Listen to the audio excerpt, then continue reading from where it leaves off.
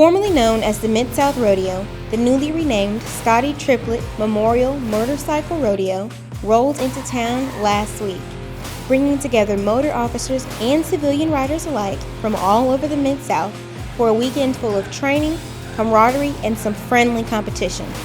But this wasn't just about showcasing skill and precision on two wheels. It was also about purpose.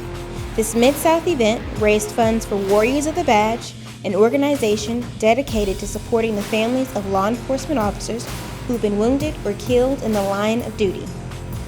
A huge congratulations to all Shelby County motor deputies who competed and made us proud.